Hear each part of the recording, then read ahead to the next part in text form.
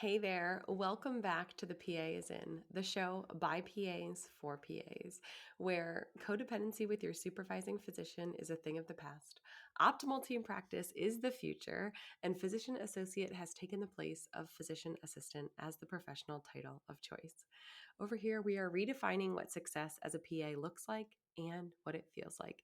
Here, you're going to find tangible, practical tips, the exact things that I use to escape healthcare burnout.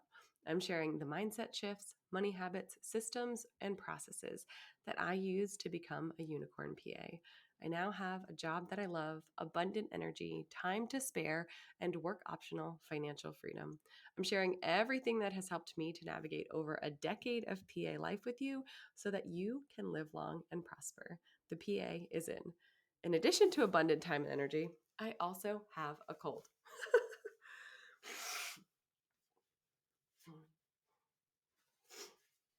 Oh my goodness. There is certainly, absolutely, positively no way to be ladylike while blowing your nose on camera. For those of you who are listening to the podcast audio who didn't know that we had a YouTube channel, you can see me blowing my nose in this case, or just in general on YouTube. Just search The PA is In if you want to see this episode in all of its glory. I'm doing weird things with my head right now.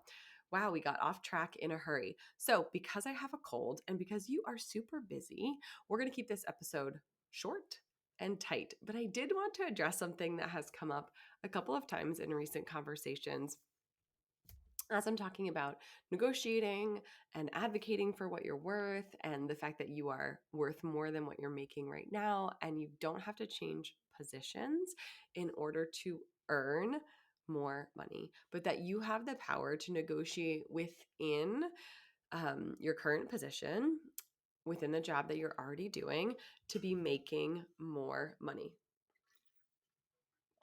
So, as I've been talking about this with various people, you may or may not know this, but I just launched a course called the PA Pay Academy, all about teaching PAs how to earn more money. It is for PAs at any age or any stage of their career. So from new grads, I have some students that were inquiring about it.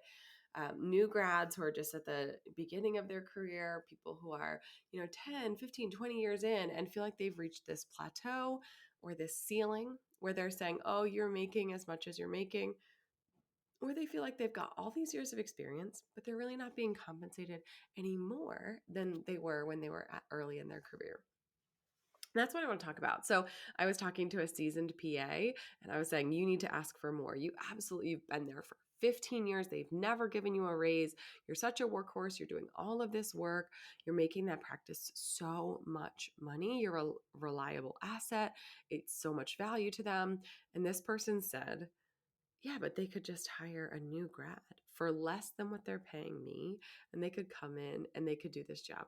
So, although technically that is true, they could hire someone with less experience to do your job, but they wouldn't do it as well as you do it because they don't have some of those softer skills. They don't have some of those triage skills. They don't have the ability to see as many patients as well as you throughout the day.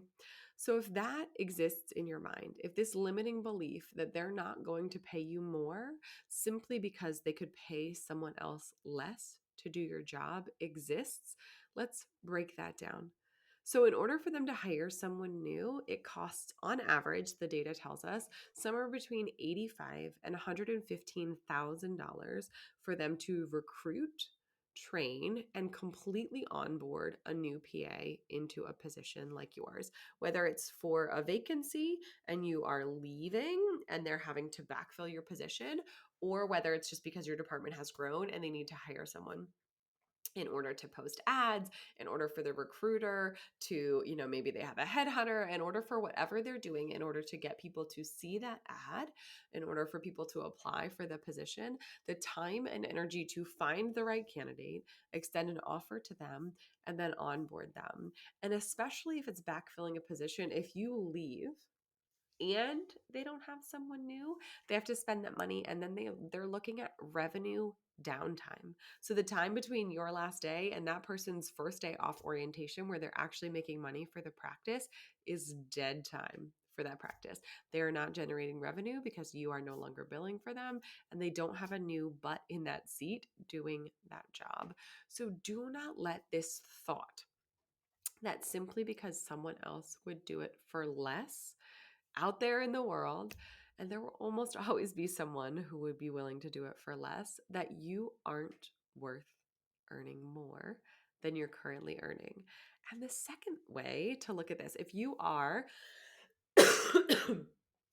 in a position where you're being exposed to interviewees or new hires or new grads or students on rotation, or you're lecturing students in a lecture hall, or even just young people at the beginning of their career, if your organization has a mentorship program, if there's a way that you can get your hands and arms and heart around some of these new graduates, you can help them to also see their worth and to also be making more. Because when it comes to income, a rising tide floats all boats. And if everyone starts to make a little bit more, the APA data goes up, the MGMA data goes up, all of these sources that employers are using to say, like, what is the market supporting and what are we paying our providers? And do we need to do a market correction and increase what we're paying in order to retain people because they're saying they're going to leave because we're not paying them enough? When they cite those sources, if you have asked for a raise and if you have helped your colleagues to ask for a raise, or if you, like Gold Star, have negotiated for the whole group to get more from a profitability standpoint, more from a productivity bonus standpoint, more as a base salary, less call, an improved quality of life. If you have been integral in doing those things, that helps everybody else. So let's try to make it more about the good of the order. And in general, you negotiating is good for everyone. Now, if you are a new grad and you're listening to this and you're like, well, heck yes, I'm going to do it for less because I don't have 20 years of experience. I don't have that ability to negotiate and say, this is my experience, this is my efficiency, this is my effectiveness, pay me more. I would still encourage you to ask for more. Ask for a higher base pay. Ask for a piece of profit sharing. Ask for a productivity bonus.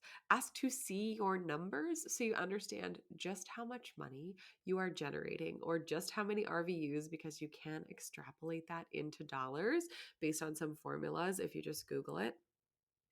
Maybe someday we'll do an episode all about knowing your numbers and sort of the importance of and where to find that information.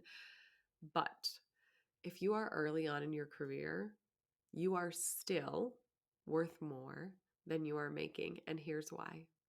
Because even if you're not the most efficient provider, when you're billing as a PA, you're billing anywhere from 85 to 100% of what your physician colleagues make, specifically in a medical subspecialty. And surgery, you're scaling your surgeon's profitability. So either way, you're generating revenue or you're increasing your surgeon's revenue generating ability for the practice.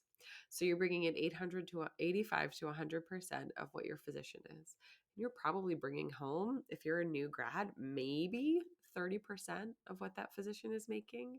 So the gap between that 30% investment that the practice is making in you and the potential 100% revenue they are collecting on the other side, that 70% gap means that you can ask for a significant raise, 10, 20, $30,000, and your practice is likely still making oodles of money on you. If you were an employer, which would you rather employ? A physician at 100%, billing 100%, or a PA who you pay 30%, who's billing at 100%? It's such a better profit margin for them. It's like buying t-shirts on sale and turning around and selling them. That was a bad example, but networks have figured out that having a PA on the team does several things for a practice. Increases patient access. It improves the physician quality of life. It spreads out the amount of work so patients get callbacks sooner. It increases the practice profitability. It decreases the amount of time between when the patient picks up a phone call and asks to be seen and when you're able to get them in. You can have non-traditional hours, so improved patient access. There are so many benefits. And let me make it exceptionally clear. Networks, private practices, multi-physician specialty groups, none, and I do mean none, of those practices would be employing PAs if they were losing money on them. They are making money on you, and they deserve to be making money on you. They're paying the overhead, they're helping to provide the patients, they're advertising, they're marketing, they're doing all of these other things.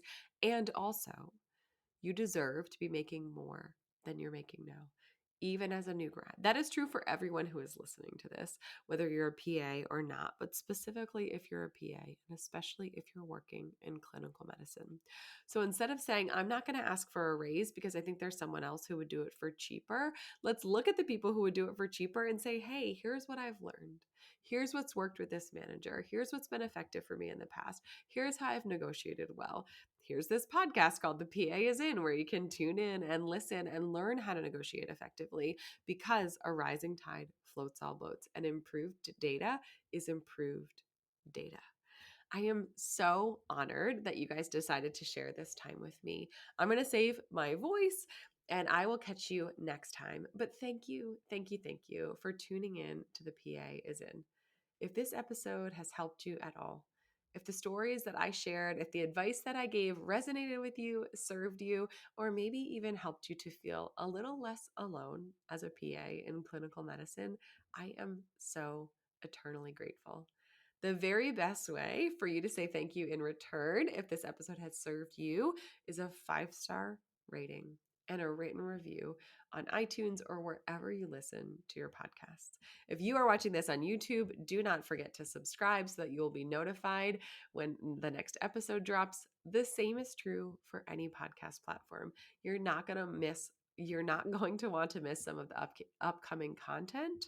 So be sure that you click that check or the plus so that you can subscribe and get the next episode automatically waiting for you in your podcast queue.